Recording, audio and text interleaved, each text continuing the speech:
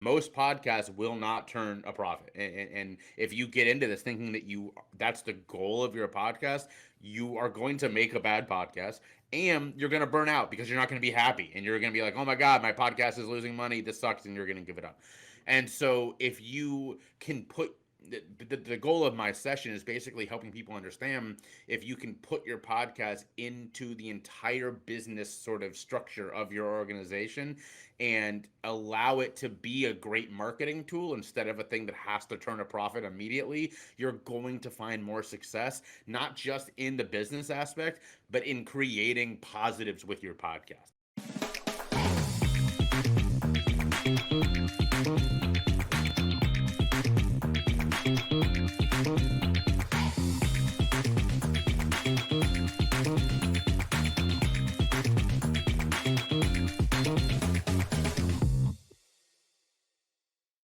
Well, if you didn't already know it, mental health is a very big deal and something we should all be taking seriously, both for ourselves and both for the people and our loved ones in our lives. So today I'm talking with Jay Shifman, as you'll hear from just a few moments, and we talk about mental health and what he's doing to help people with that. I won't steal too much thunder from him, but we'll dive into that in just a few moments. Stay tuned.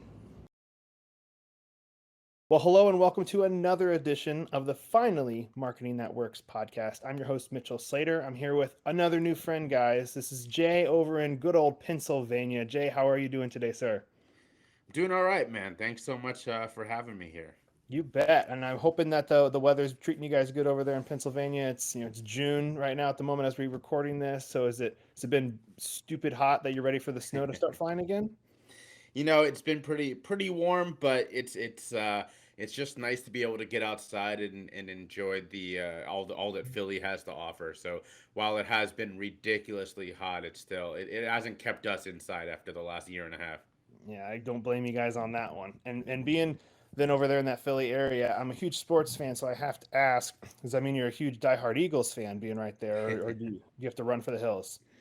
Nope, I'm actually not from Philly. I'm from Cincinnati, so I'm a giant Cincinnati Reds fan and Boston Celtics fan. So, uh, it's being here in Philly, the only one of those that's an issue really is being a Celtics fan.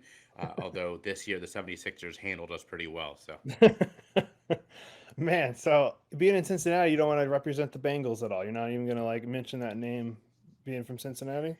I am not a football fan. I was for a long time diehard Bengals fan, and about 5 years ago, I just got to a point where it was in a playoff loss. It was would have been our first one in my lifetime, and there were two boneheaded plays within 30 seconds at the end of the game, and I was there with probably 20 friends. It was a big deal, and my best friend was sitting next to me, and I honestly, after that loss, we were sitting there in stunned silence for a couple of minutes, and I looked at him and said, you know what? I think I'm done. And I haven't watched a moment of football since. It was Oh my, that easy. It was cold turkey. I can't do this anymore. oh my goodness. Was it a mistake Andy Dalton made or something? No, it was our running back at the time fumbled, and then we still had a chance to win it. And Adam Pac-Man Jones, who by the way I was a giant fan of, but he tended to not really think with his head, and he committed a flagrant foul that allowed that I can't remember who we were playing, but they were on 4th and long, and it gave him a first down, and that was the end of the season. So Holy it was smokes. Jeremy Hill that fumbled. That's who it was. So that was one of those moments where the Bengals were or still are very good at snatching defeat from sure victory, and I just said I can't do this anymore. Man, sorry to bring up all those bad feelings again. The only reason I had to ask is because my team now suddenly, I don't know how it even happened. We have Andy Dalton on our team. So I'm a huge diehard Chicago Bears fan. My dad's from Chicago, his whole side. So I'm like diehard. Well, when we got him, I was like, I don't know if that was the best idea. But then we picked up Justin Fields from Ohio State as a rookie this year. So I'm so excited for that future, whatever that entails. Because Chicago, we've had many opportunities where I should have probably done the same thing you did. Because just what are you guys doing? But I digress. So I'd love you to just kind of tell the audience a little bit about yourself, what you do, the organization you have, and kind of what the day-to-day life of Jay looks like over there in Pennsylvania.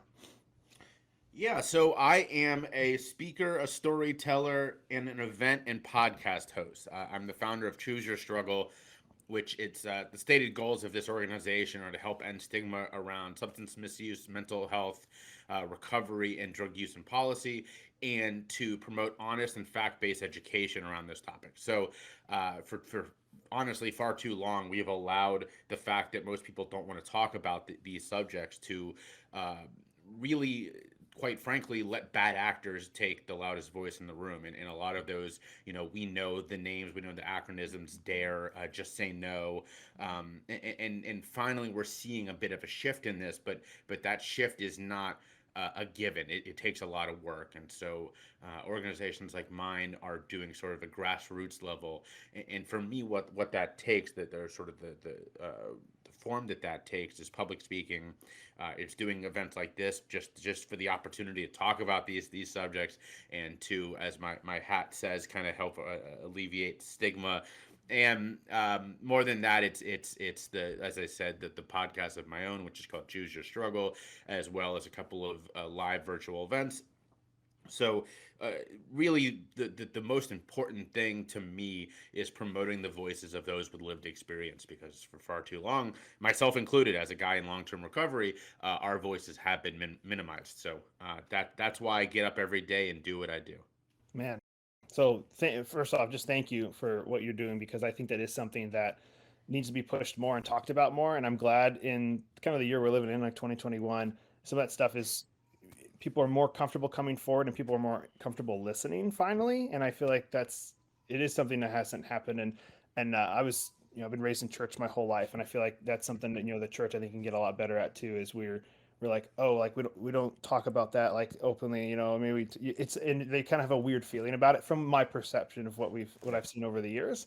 And I think that's something that we should be talking about. Like, somebody might be a Christian and love Jesus, but hey, they might struggle being an alcoholic and they might struggle with that. And like, again, not that it's okay, but it's okay to not be okay, and to tell people the struggles that you're going through and to be open with it. Because if you don't do that, nobody can know, so nobody can be able to help you. So that's awesome. So I absolutely love that. What do you think is the most at risk age bracket right now for some of this stuff that you're going through? Is it specific, like we got Gen X, or you got Gen Z, you got millennials, you got baby boomers? Is there a certain one that stands out to you? Yeah, so I think it's everyone, millennials and younger, right now is what we're seeing the most in. I mean, quite frankly, it's like it's not, there isn't a group that isn't at risk, and so it's really who is at most risk, right? Because we're seeing these record numbers of not just deaths, which is how we measure a lot of this stuff, but that misses a lot of the numbers. That misses a lot of people who are struggling. These are people who are struggling with substance misuse. There are people who are struggling with full blown addiction. These are people who are, just rating really high levels of depression. It's all over, and you're seeing it more amongst sort of our generation, the millennials, and then the Gen Zers, because there's a lot to be anxious about. There's a lot to be depressed about going on. And as much as I love the baby boomers, like my parents' generation, they haven't exactly left us the best world. So there's a lot of people who are feeling that crunch, and the data behind that is really fascinating. If you're someone like me who kind of gets into those weeds, the fact that we as the millennials have taken over as the largest generation currently alive, and yet proportionately, if you look through history, despite being the largest generation, we have the smallest share of power of any generation at the time that they took over as the largest generation, and it's because the baby boomers just were refusing to give it up. And again, this is not me trying to looking down on the baby boomers, because they also have done some good things, but they've been very territorial in this, and so you have a lot of people of this generation who are not better off than their parents are, and in fact not even close, and that leads to really high rates of these struggles. And so not only are the millennials struggling, but the generation below us is coming up and going, oh man, look how much it's tough for them. I can't even imagine what it's going to be like for me. So you're seeing these record numbers of depression, of anxiety, of all sorts of mental health struggles, that is scary to those people who track us. What do you think is the kind of the number one, number two cause of just kind of where we're at right now? Is it what they're seeing on TV? Is it people from school pushing them to go one way or another? Or social media? I mean, where do you think some of the main causes where we're at is? Yeah, so I think we're in this really fascinating time where you are, because of social media. Of course, look, social media has a lot of negatives. I don't ever want people to think that I'm like this big, Mark Zuckerberg fan or something like that, because I'm not. But there is this ability to connect from social media, to have your voice heard if you want it. And of course, that leads to a lot of bad things, right? I mean, look at the rise of the alt right again in this country, which you can almost directly point to social media. But for a lot of people, it is an ability to find connection, that was not there before. I mean, if before social media, if you were, let's say, a trans teen living in Alabama, you were screwed. There was nobody else around you that you could feel comfortable talking to. Now you get online, you go on Facebook, or you find some site, and you can feel connected with other people. But it also then has that quality of sort of showing you, okay, this is where I feel connected, but there's nobody like that around me. What is this? How is there a path forward for me? And so, social media is a big part of it. We also, of course, I'm not the first one to ever say this, but we only put generally our best selves on social media, and it has a way of really showing, or making people feel that their life is not good enough because they see all this amazing stuff on social media, which is a big reason why I do a lot of work around trying to promote full self, because it helps qualify some of those feelings. But most of all, it's just this, we're at this sort of change agent period where people are starting to have their voices heard. And as always is in human history, when a change starts to happen, one of the first things you get is that backlash wave. And we're really seeing that right now. And so there's so much tension around, people who are more progressive in anything. I'm not talking politics. I just mean in progressive and human evolution, towards the old guard that, doesn't matter what the issue is, wants things to stay the same.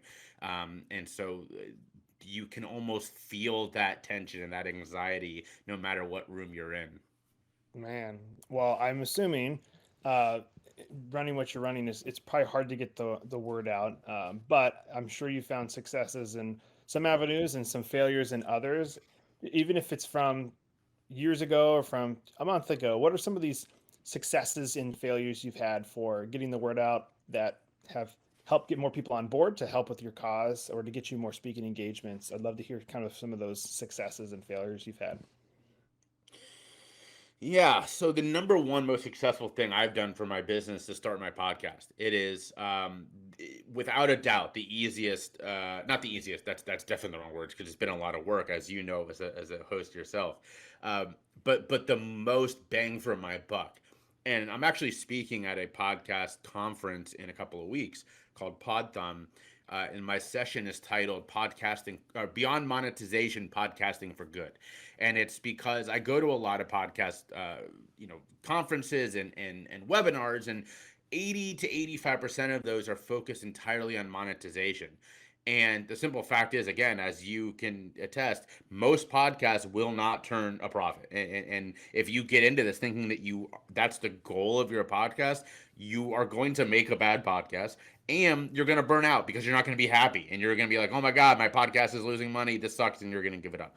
And so if you can put the goal of my session is basically helping people understand, if you can put your podcast into the entire business sort of structure of your organization and allow it to be a great marketing tool instead of a thing that has to turn a profit immediately, you're going to find more success, not just in the business aspect, but in creating positives with your podcast.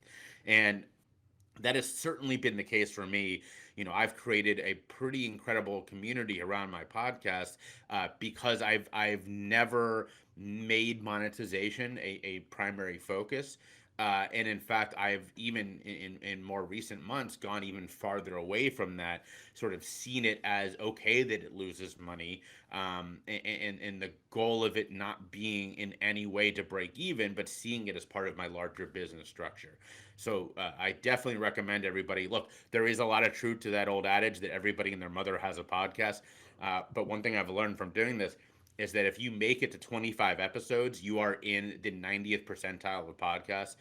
So while everybody and their mother does start a podcast, not everybody and their mother doesn't have a podcast because it's a lot of work. As again, you can attest. So if you're willing to put in the work, it can be an incredible tool for your business.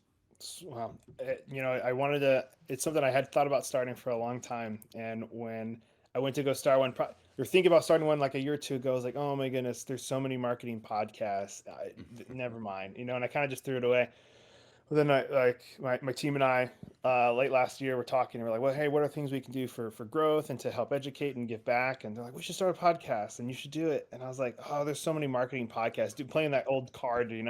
And then I literally had to listen to the own advice I give people, where I'm saying, yeah, there's all these, yes, there's all these marketing podcasts, but certain people will relate to my content over somebody else's, and then vice versa. Certain people will listen to this marketing guy and not like my stuff, and I from my experience, I relate to certain people that certain people go, oh, I don't like that author, I don't like that movie or whatever it is, that song.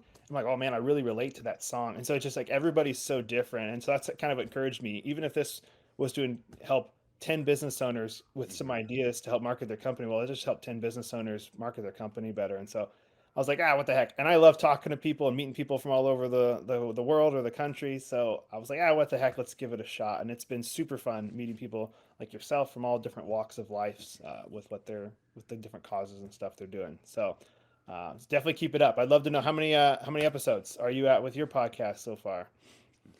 So I just, as we're recording this, I just published 100. I had a big campaign around that.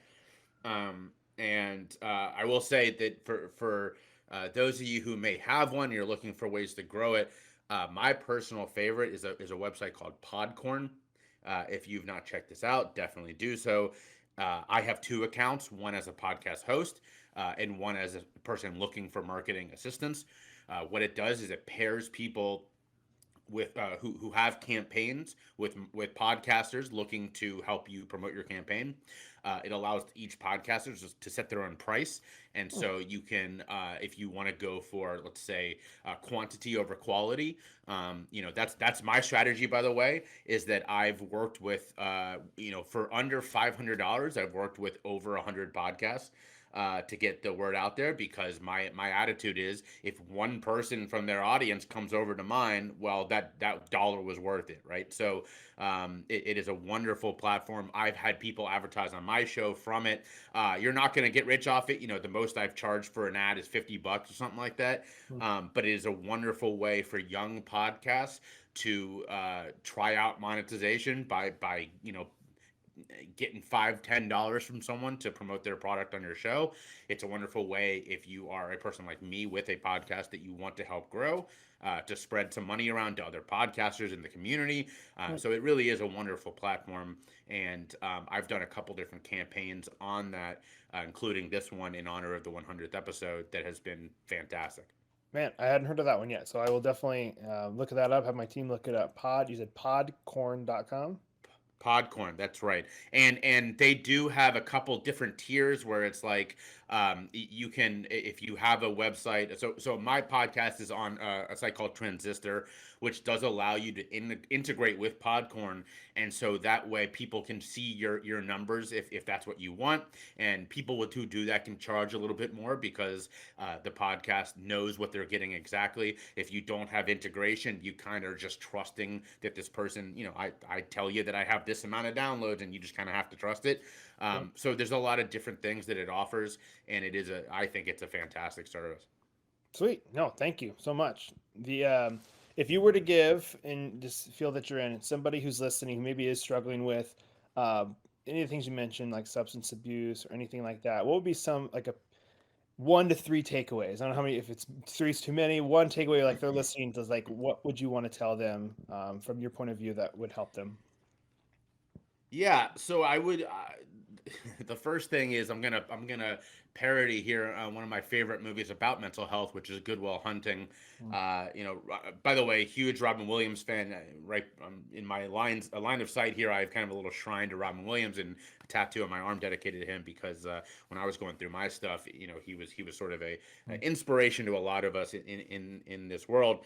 But he says over and over again in that famous scene with Matt Damon, the one that got him the Oscar, it's not your fault. And that is something that's super important to remember because people who struggle, because our society tends to victim blame so much, it is really easy to think it's your fault. It's not your fault. As someone who has struggled with my mental health, with substance misuse and full blown addiction, my story was that I was misdiagnosed by a therapist, and because of that, ended up addicted to a multitude of benzodiazepines and antipsychotics. Not my fault, but in that moment, I thought it was. So it is not your fault. Number two, super important, the most important thing is reach out to someone.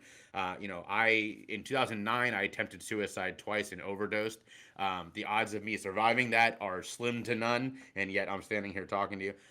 So I wish that someone could have told me in that moment, like, I'm here with you.